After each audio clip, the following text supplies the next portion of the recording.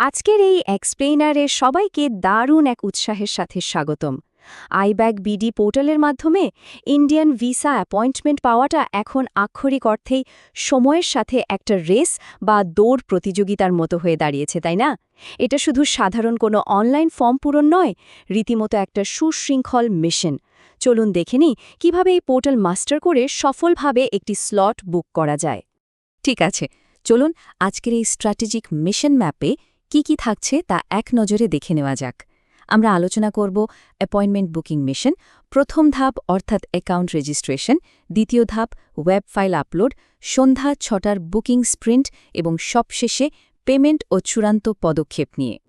শুরুতেই আসা যাক আমাদের প্রথম সেকশনে, অ্যাপয়েন্টমেন্ট বুকিং মিশন, যেটা আসলে পুরোপুরি সময়ের সাথে একটা প্রতিযোগিতা।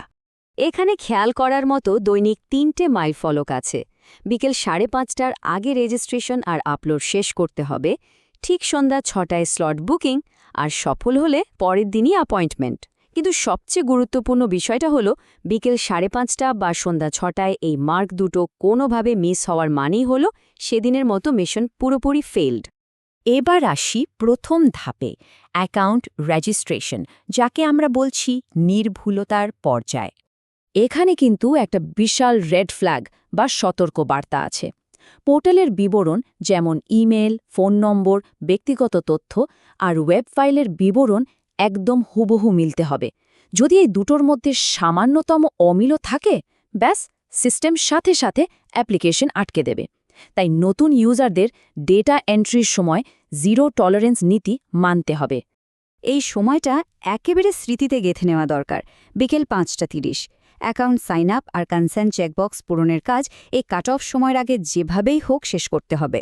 ৫:৩০ পার হয়ে গেলে সেদিনের মতো স্লট বুকিংয়ের দরজা বন্ধ। আর এই ব্যাপারটা দারুণভাবে বুঝিয়ে দেয় এখানে ঝুঁকিটা ঠিক কতটা।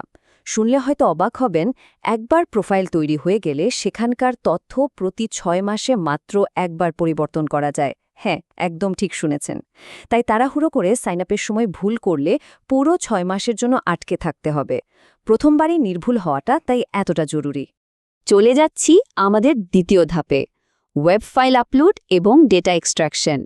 এই ধাপটিও কিন্তু ৫:৩০টার আগে শেষ করতে হবে। এই কাজগুলো একেবারে রকেট গতিতে করতে হবে। প্রথমে টেক অ্যাপয়েন্টমেন্টে ক্লিক করতে হবে।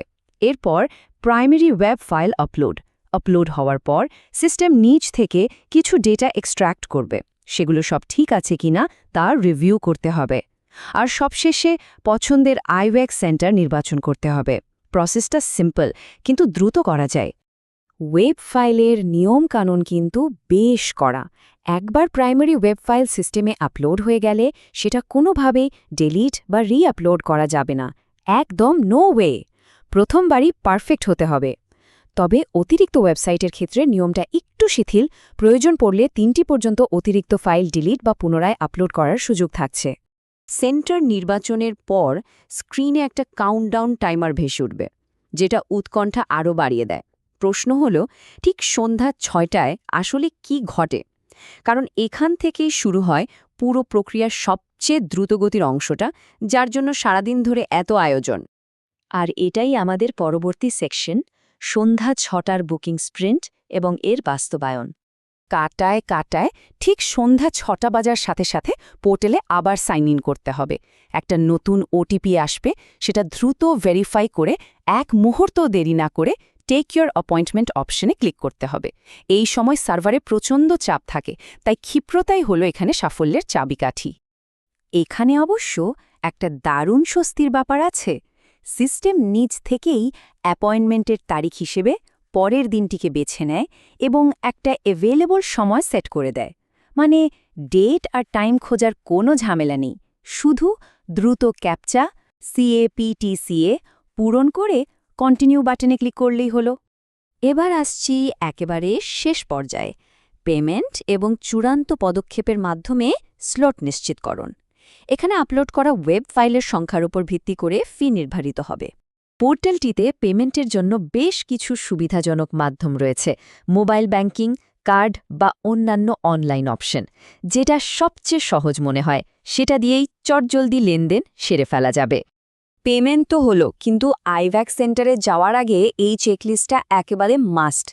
এত কষ্ট করে পাওয়া স্লটটা যেন কোনোভাবেই হাতছাড়া না হয়, তাই পেমেন্টের পরপরই পোর্টালের ইনভয়েস বা চালানটা সাথে সাথে ডাউনলোড করে প্রিন্ট করে নিতে হবে। সেন্টারে যাওয়ার সময় সেই প্রিন্ট করা চালান এবং অবশ্যই ফিজিক্যাল ওয়েব ফাইলটি সাথে রাখতে হবে। এর কোনো একটা বাদ পড়লে পুরো পরিশ্রমটাই বৃথা যেতে পারে। পুরো প্রসেসটা অনেকটা একটা বড় পজল মেলানোর মতো, তাই না? তো সবশেষে একটাই প্রশ্ন, এই হাই স্টেকস আর সময়ের সাথে পাল্লা দেওয়ার রেসে জিতে আগামীকালকের সেই কাঙ্ক্ষিত ভিসা স্লটটি নিজেদের করে নিতে সবাই কি প্রস্তুত? সঠিক প্রস্তুতি আর সময়ের জ্ঞান থাকলে এই মিশনে সাফল্য নিশ্চিত।